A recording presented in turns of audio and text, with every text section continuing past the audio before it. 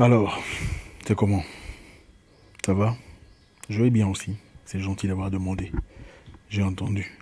Je ne sais pas si vous avez remarqué, ces derniers temps, il y a une nouvelle tendance. Les haters. Vous devriez savoir ce que c'est les haters. Vous savez certainement ce qu'est un hater. Bien sûr. Les Français sont généralement idolâtres des Américains. Allez, vous le savez. Vous verrez généralement les Français dire le rêve américain. Parler du rêve américain. Vous verrez généralement les Français dire ah, il a fait une fête à l'américaine. C'était grave. L'anniversaire à l'américaine. Un show à l'américain. Mais vous ne verrez jamais un Américain dire on a fait une fête à la française.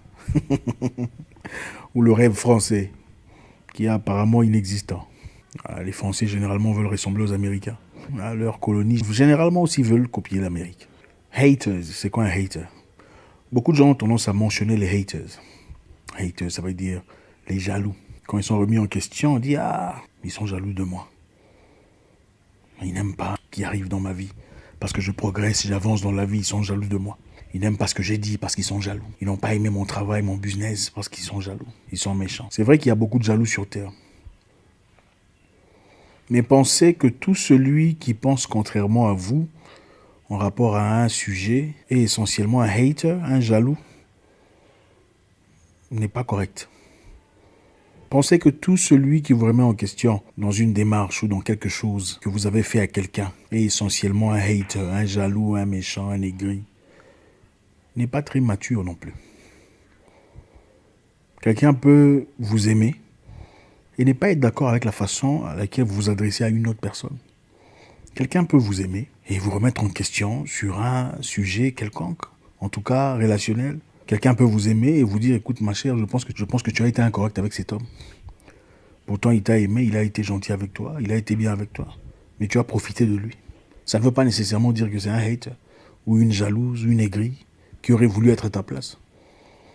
Quelqu'un peut t'aimer et te remettre en question et dire, écoute, cette tendance n'est pas très bonne, tu es devenue orgueilleuse. Oui, tu as réussi, financièrement, tu sembles réussir, mais tu es devenue orgueilleuse. Ça ne veut pas nécessairement dire que c'est un hater, un jaloux, un méchant, un aigri. Quelqu'un peut penser que ton comportement a changé, que tu avais l'habitude d'être gentil avec les gens et depuis que quelque chose s'est passé dans ta vie, en tout cas sur le plan positif, généralement sur le plan financier, ton comportement a changé, sans nécessairement être faux ou aigri. C'est aussi ça la maturité. La maturité, c'est aussi savoir que quelquefois on peut avoir tort, quelquefois on peut être dans le négatif. Autant on se plaint, disant que voilà, on s'est servi de moi, on m'a manipulé, on a été méchant avec moi. Autant nous pouvons aussi manipuler les gens, ou profiter des gens, ou user des gens pour certains intérêts. Et tout celui qui vous remet en question sur ce sujet n'est pas nécessairement un hater. Quelqu'un peut vous aimer et ne pas aimer votre rythme politique, ou votre avis politique, ou votre opinion politique. Il n'est pas nécessairement un ennemi. La maturité, c'est aussi savoir, ok, pas d'accord avec ce que je pense. Ouais, sur le plan réflexion, c'est peut-être vrai. Mais ça ne change pas le fait que, bon, c'est quelqu'un qui ne me veut pas de mal. Donc, tout celui qui n'aime pas ce que vous faites, en tout cas quand c'est évident, n'est pas nécessairement un hater. On peut aimer quelqu'un et le remettre en question. Ça, c'est une capacité que beaucoup n'ont malheureusement pas. On peut aimer un pasteur et ne pas aimer ce qu'il fait ou ce qu'il a dit et avoir le courage de le lui dire. En tout cas, de manière très respectueuse, avec toute la politesse possible, dire « Pasteur, je pense que là, vous vous êtes trompé. » Oui. Et pour moi, je sais que beaucoup de personnes sont choquées. Ouh. Oui, et même un pasteur peut se tromper. Oui. C'est un humain. Si les Moïse dans la Bible se sont trompés et tout ça, là, un pasteur, c'est qui? On peut remettre en question un pasteur et dire « Je ne pense pas que ça, c'est biblique ou c'est... peu importe votre religion. » Je pense que là, tu as inséré tes émotions personnelles. Ça n'a rien à voir avec ce qui est écrit. Ce n'est pas nécessairement être impoli ou insolent ou haters, du moment que c'est fait correctement. C'est aussi ça, la maturité. Vous voyez, comme je le dis très souvent, on ne peut malheureusement pas parler de développement en Afrique sans parler de comportement. Les gens aiment trop parler d'argent. Ah, comment faire pour avoir l'argent? Ah, l'argent, tout ça, tout ça. Ah, investir. La vie ne tourne pas seulement autour de l'argent. C'est bien d'avoir de l'argent. Ça nous aide à payer la maison, payer les factures, payer le courant, pour ceux qui payent le courant, payer l'eau, avoir une vie agréable, faciliter certaines choses. Mais la vie, ce n'est pas seulement l'argent. La vie est beaucoup plus l'expérience en général, l'expérience avec les humains. Écoutez, tout celui qui est contre ce que vous dites n'est pas nécessairement votre ennemi. Le problème, c'est ça. Nous, Africains, transformons en ennemi tout celui qui ne pense pas comme nous. Vous aimez le candidat A. Moi, j'aime le candidat B. On devient directement ennemi. Ah, s'il ne pense pas comme nous, en tout cas, c'est notre ennemi. Donc, il ne peut pas vouloir notre bien. Ce n'est pas ça. Peut-être que votre leader est un voleur. Et c'est prouvé. Tout le monde le sait. Hein? Clairement, scientifiquement, on peut prouver sur papier qu'il a volé l'argent de ça. Il a volé l'argent du barrage électrique. Il a corrompu les gens ici. Il a fait tuer les gens là-bas. Mais vous voulez qu'on l'aime seulement. Si on ne l'aime pas, ça veut dire que nous sommes méchants, nous sommes des aigris, des jaloux. Ce n'est pas de la maturité. La maturité, c'est aussi savoir séparer les choses principales des choses secondaires. Une différence d'opinion n'est peut-être pas une chose principale qui soit à la hauteur d'une séparation. Et tout celui qui vous remet en question n'est pas nécessairement un hater ou un jaloux ou un méchant, tout ça. La maturité, c'est aussi donner la chance à qui que ce soit, peu importe sa nature, son origine, de dire la vérité. Quand c'est la vérité. Malheureusement, vous verrez, quand quelqu'un dit la vérité, une certaine vérité qui choque, une vérité qui bouleverse et qui transforme. Mais quand ça vient d'une personne que vous n'aimez pas, vous faites semblant d'avoir pas entendu. Ça, c'est aussi de l'immaturité, de l'hypocrisie, the cowardice, la lâcheté. C'est ça la lâcheté. Vous verrez des gens, on vous dit, vous voyez une personne dans la vie, que vous condamnez pour telle ou telle chose, sans vraiment connaître sa réalité. On a tous tendance à faire ça, hein, en tout cas presque tous. Ah, celui-là, il paraît qu'elle a fait ça.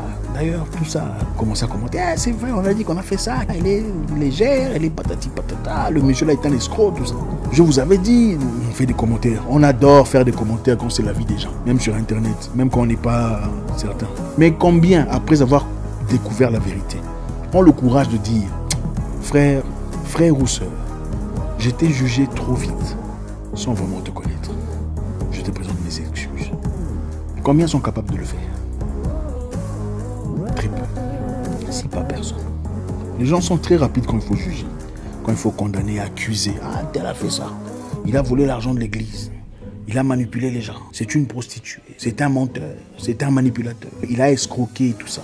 Mais quand vous découvrez la vérité, après avoir jugé quelqu'un, combien ont le courage de dire, écoute, je suis vraiment désolé, j'ai été jugé hâtivement. J'ai fait des commentaires sur toi, j'ai dit des négativités à telle ou telle personne à ton propos, excuse-moi. Il faut être un homme avec un grand H pour le faire. Et très peu sont ces hommes. Parce que la majorité des humains que vous avez sont des petits hommes, avec des petits esprits qui sont disposés à accuser, à bombarder, mais ils sont jamais là quand il faut recevoir. Quand c'est à leur tour, quand il faut être remis en question, ils ne peuvent pas tolérer, supporter ou encaisser. La maturité, c'est aussi écouter quelqu'un que vous n'aimez pas. On n'est pas obligé d'aimer tout le monde, hein, c'est pas ce que je dis. Je ne dis pas qu'il faut aimer tout le monde. Je ne suis pas pasteur, c'est pas ce que je dis. Si vous pouvez le faire, faites-le. C'est agréable, c'est recommandé. Mais comme il y a toujours des gens qu'on aime moins que certaines autres personnes, quand ces personnes font des exploits, soyons aussi zélés de réagir positivement si nous sommes zélés à réagir négativement à leur égard. Ça, c'est la grande maturité. Hein, ce monsieur-là avec qui vous ne parlez pas, sa femme fait un enfant ou une réussite officielle, félicitations. C'est aussi ça la maturité. Votre opposant réussit dans quelconque autre domaine qui est autre que votre course dans laquelle vous êtes impliqué. Ayez le courage de dire félicitations. En tout cas, bon courage. C'est aussi ça la maturité. Vous savez ce que j'aime dans la boxe ou les sports de combat en général? Avant le combat, vous ne vous aimez pas. C'est chaud. Vous lancez des piques et tout le bazar. Vous entrez dans le ring, vous avez envie de vous. Mais après le combat, c'est le respect. Félicitations mon cher, c'était un excellent combat. Oh merci. Parce qu'à la fin, chacun cherche sa paye et rentrer paisiblement chez lui, dans sa famille. Jouir de la vie. Nous sommes rivales dans le sport, mais après tout, nous sommes humains. Félicitations et bon courage. Merci pour l'opportunité et à très bientôt. C'est ça la maturité. Les gens peuvent être en désaccord avec vous, sans nécessairement vous haïr. Donc tous ceux qui vous regardent sur Internet et pensent que vous êtes devenus presque nus dans vos photos, ne sont pas nécessairement des haters ou des jaloux, ou des méchants, des aigris. Peut-être qu'il est temps de vous remettre en question. Tous ceux qui pensent que vous êtes devenu impoli, vous ne répondez plus correctement depuis que vous avez acheté une nouvelle voiture ou depuis que vous avez fait un voyage à Dubaï, ne sont pas nécessairement haters, jaloux, méchants, aigris. Ce n'est pas vrai. La maturité, c'est aussi essayer de revoir. Est-ce que c'est vrai? Poser une question à une deuxième ou troisième personne. Est-ce que j'ai vraiment changé? Pas seulement qualifier les gens de méchants parce qu'ils ont pensé différemment de vous. Deuxièmement, si vous n'aimez pas quelqu'un, vous pouvez aussi féliciter ce qu'il fait. Vous avez le droit de ne pas apprécier une personne. Mais vous n'avez pas le droit de toujours le vilipender, même quand il fait du bien. Ça, c'est le plus bas niveau de la lâcheté. Vous pouvez ne pas aimer quelqu'un, c'est votre droit. Mais quand cette personne fait des exploits, quand elle brille dans certains domaines, avoir la capacité de dire oui, il fait du bon travail, c'est aussi ça la maturité. Vous verrez dans beaucoup d'autres endroits dans le monde. On sait que le monsieur là est très compliqué, on ne l'aime pas. Mais s'il faut construire un barrage électrique, c'est lui le meilleur. Et tout le monde le sait. On n'aime pas sa politique, il est très compliqué, mais pour le barrage, c'est à lui qu'il faut pas. Mais chez nous, c'est très compliqué. Si on n'a pas aimé ta chemise, tout ce que tu représentes, ton enfant, ta femme, tes cousins, tout ça là ne vaut plus rien. C'est au diable qu'on voit ça. Et vous savez, comme je le dis très souvent, grandir dans la vie, ce n'est pas une question d'âge. J'ai vu, je pense que vous aussi, des gens à 47 ans, 50 ans, immatures comme un petit garçon. Vous êtes choqués, homme ou femme. Et vous verrez un jeune homme de 20 ans, très carré, très intelligent, très mature, comme une vieille personne. La maturité n'est donc pas une question d'âge. C'est une question d'expérience, de connaissance, de sagesse. Et la sagesse, nous l'apprenons tous. Écoutez, il y a des gens qui vous aiment, mais qui vont peut-être arrêter de vous aimer parce que vous n'écoutez pas. Ce n'est pas qu'on ne vous aime pas ou qu'on est jaloux de vous. C'est seulement que vous n'écoutez pas. Alors là, vous devenez désagréable pour de vrai. Donc le problème, ce n'est pas votre réussite ou votre nouvelle voiture ou votre business. Le problème, c'est que vous êtes impoli. Et ça, c'est une réalité. Et l'accepter est une question de maturité. Parce que beaucoup de gens, quand ils changent de vie, changent de situation de vie et que les gens se retirent, pensent que bon, ils sont nécessairement jaloux. Ce n'est pas tout à fait vrai. Ce n'est pas toujours vrai. Des fois, c'est nous qui sommes le problème. Et savoir se remettre en question, c'est une forme de maturité. Pour finir, on peut remettre en question tout le monde. Même moi, votre pasteur, votre oncle, tout le monde, sans nécessairement me haïr. Mais bon, il y a aussi ceux qui haïssent, mais bon, ce n'est pas grave. On ne peut pas plaire à tout le monde. Mais la capacité de pouvoir gérer, de filtrer ça, celui-là me veut du bien. Ou celui-là ne veut pas nécessairement du bien. Ou laisse-moi investiguer pour comprendre c'est quoi l'objectif final. Est une forme de maturité. Quand on vous dit gentiment que l'habit que vous avez mis sur la photo n'est pas peut-être agréable ou adéquat, ça ne veut pas nécessairement qu'on est haters, ou jaloux, ou méchants, ou aigris. Quelquefois, c'est pour vous dire seulement la vérité. Mais justement, vous le remarquerez dans la politesse et la forme. Il ne faut pas sauter, il ne faut pas directement conclure que c'est par méchanceté. Aimer quelqu'un, c'est aussi lui dire la vérité. En face. Ma chère, tu pues de la bouche. Qu'est-ce qui se passe? C'est ça, aimer quelqu'un. Quand on est un ami. C'est pas faire semblant, ça va, tout. Non. Aimer quelqu'un, c'est dire, ok, il t'a quitté, il est parti. Qu'est-ce qui s'est passé? Tu n'as rien fait. Bon. Tes aisselles, franchement, tes aisselles ne sont pas bien. Hein. Tu étais comme ça avec lui. C'est aussi ça, aimer quelqu'un. Dire la vérité. C'est facile de dire, ah, c'était un pervers narcissique. Vous savez, pervers narcissique, c'est le mot favori des frangolâtres. C'était un pervers narcissique. Aimer quelqu'un, c'est remettre la personne en question. Tu étais comment? Est-ce que tu sentais bon? Est-ce que tu faisais les bonnes choses? Est-ce que tu étais honnête? Aimer quelqu'un, ce n'est pas seulement être d'accord avec tout ce qu'il dit. Quand on aime quelqu'un, on n'est pas nécessairement d'accord tout le temps avec tout ce qu'il dit. Ce n'est pas ça l'amour. Parce que personne n'est parfait. L'amour, c'est aussi dire à mon cher, en tout cas dans la positivité, comme je l'ai dit précédemment. Vous le remarquerez dans le style de commentaire. Quand c'est pour le bien, c'est toujours entouré de bonheur et de positivité. Quand c'est pour le mal, il y a l'aigreur, il y a la méchanceté qui soigne, c'est clair. Aimer quelqu'un, c'est aussi lui dire la vérité. Une personne vient vous dire « Ah, moi et Gilbert, ça ne marche plus depuis un moment, nous ne sommes plus amis ou les choses ont changé. » Aimer quelqu'un, c'est lui dire « Bon, est-ce que tu as été honnête avec lui? L'argent qu'il t'a prêté, est-ce que tu as remboursé? » C'est aussi ça, aimer quelqu'un. Ça ne veut pas dire que tu es devenu jaloux ou aigri, ou tu as pris la part de Gilbert ou Victor.